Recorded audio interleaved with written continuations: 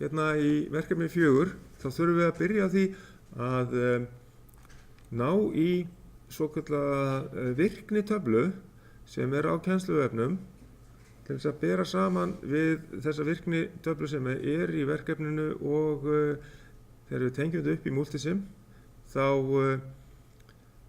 setjum við þennan minnisþátt fyrst í reset endursetningu þannig að já, það sýningu hver tablan við förum hérna í áfangan og undir efni þá sjáum við hér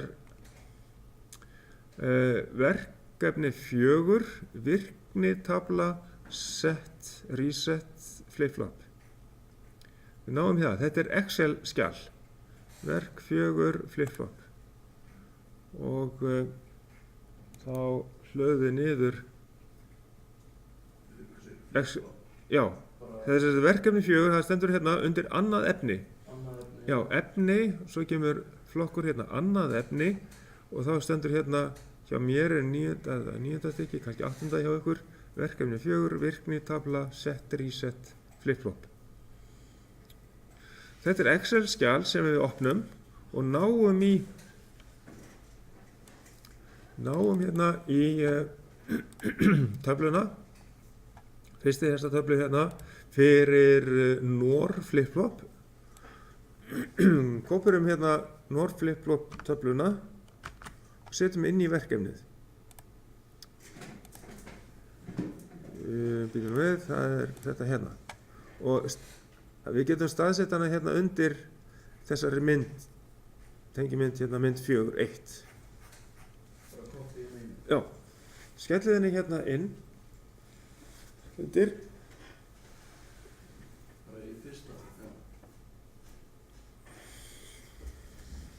já, til þess að læra á þennan minnisþátt að þá þurfum við að átta okkur á hvað hvíldarstaða á honum og hvaða merki hvort það háttgildi eða láttgildi sem að skiptir þessum minnisþætti og þá sjáum hvernig staðan á S og R og við tengjum þess að rofa inn á R-ið sem hérna ofanverðu á NOR flip-flopnum og set hérna fyrir neðri inngangurinn en útgangurnir þeir eru alltaf merktir eins á þessum minnisþáttum það efri merktur sem sagt Q útgangur og andhverfi útgangurinn hérna fyrir neðan Q not og við tengjum þetta svona upp í Multisim til að bera þetta saman við virknitöfluna þá hérna ætla ég að ná hérna í bæði notum spennugjafa á 2 rofa og tengjum upp minnisþáttinn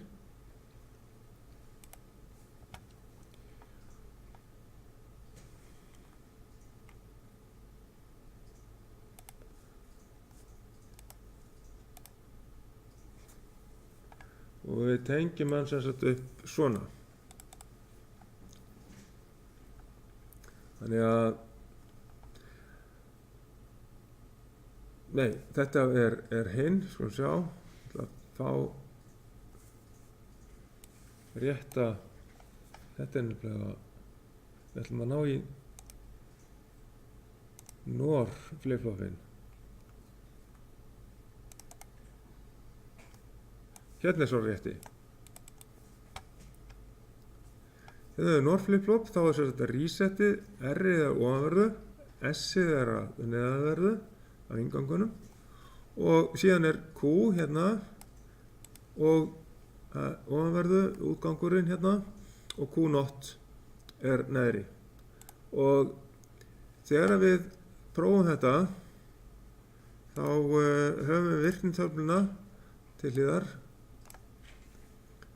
og við byrjum á því að hafa áður við setjum í gang þá best að setja settið í 0 og R-ið í háttgildi setja R-ið hérna í háttgildi, það íta á R á lyklaborðinu og S-ið er í 0. Og hvað er rofa? Það er alltaf þessa SPDT rofa. Ok, það þurfum við að finna þá. En ég ætla bara rétt að sýna ykkur þá hvernig ég fer í gegnum töfluna áður en ég stoppa þessa upptöku. Því að setjum í gang hérna með reset í háttgildi, það er til þess að nulla útganginn hérna Q. Þá er ég hérna í endursetningu, sem sagt reset, það er fyrsta línan hérna. Næsta línan er hvíldarstaða, þá set ég R-ið aftur í láttgildi og hann heldur þeirri stöðu áfram. 0 á aðalútgangi og 1 á andhverfa útganginum. Síðan ætlum ég að í þriðju línu hérna að setja S-ið í háttgildi til þess að kveikja á útganginum og þá er hár á aðalútganginum, 0 á andhverfa útganginum. Síðan ætlum ég að setja hvíldarstöðu aftur, þá setja ég S-ið aftur í 0.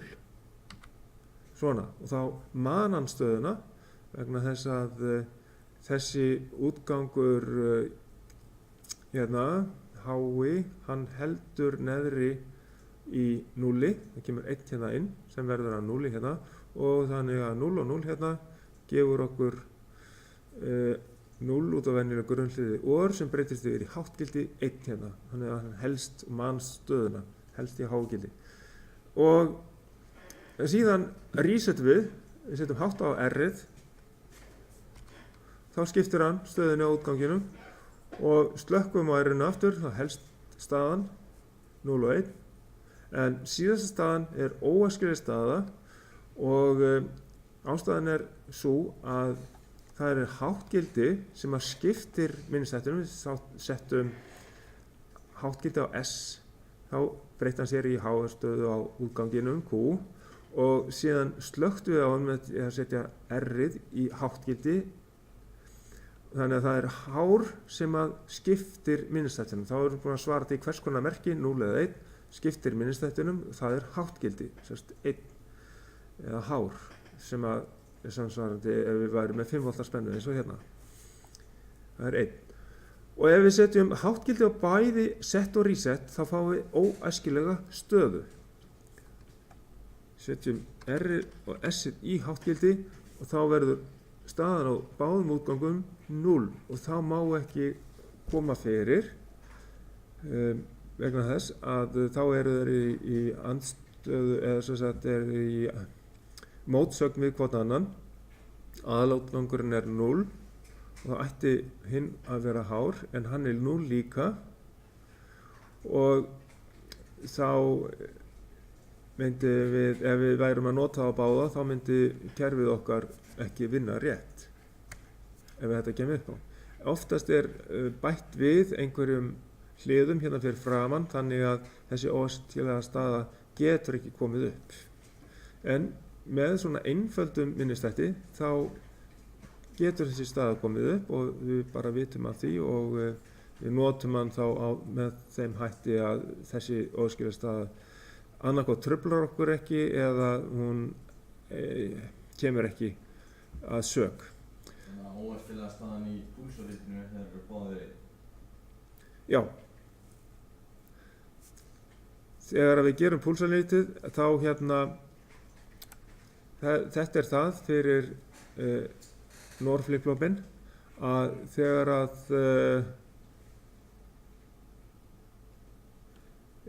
báðir eru í háugildi, sem sagt það er hérna inn fyrir miðju púlsarritinu, þegar R-ið er komið í háttgildi hérna og helst áfram þar og síðan kemur S-ið líka í háttgildi, þá er komin óæskileg staða og þar til að S-ið fellur aftur niður þá hættir það ástand, semst óæskileg staða, því að þá er bara R-ið áfram í hágildi og síðan er R-ið í lággildi þegar S-ið fer hérna upp og þá skiptir hann aftur á útgangi, Q-ið fer í háttgildi og síðan verður reset hérna þegar að S-ið er komið niður og R-ið fer í háttgildi hérna og þá skiptir hann stöðun á útganginum alveg eðlilega. Þannig að þeir eiga alltaf vera andhverfir eins og hérna og hér, því að S-ið fór fyrst í háttgildi til að kveikja á Q-inu og síðan R-ið til að slökkva á Q-inu og þá fór Q0 í staðinn í háttgildi. Þannig að þeir eiga að vera alltaf í andhverfri stöðu. Þegar að Q er 0 þá er Q0 hár og öfugt þegar að Q er háttgildi þá er Q0 0. Þannig er þetta og síðan fyrir NAND flip-flopin þá erum við með tvær óæskilegar stöður sem við skoðum þá seinna.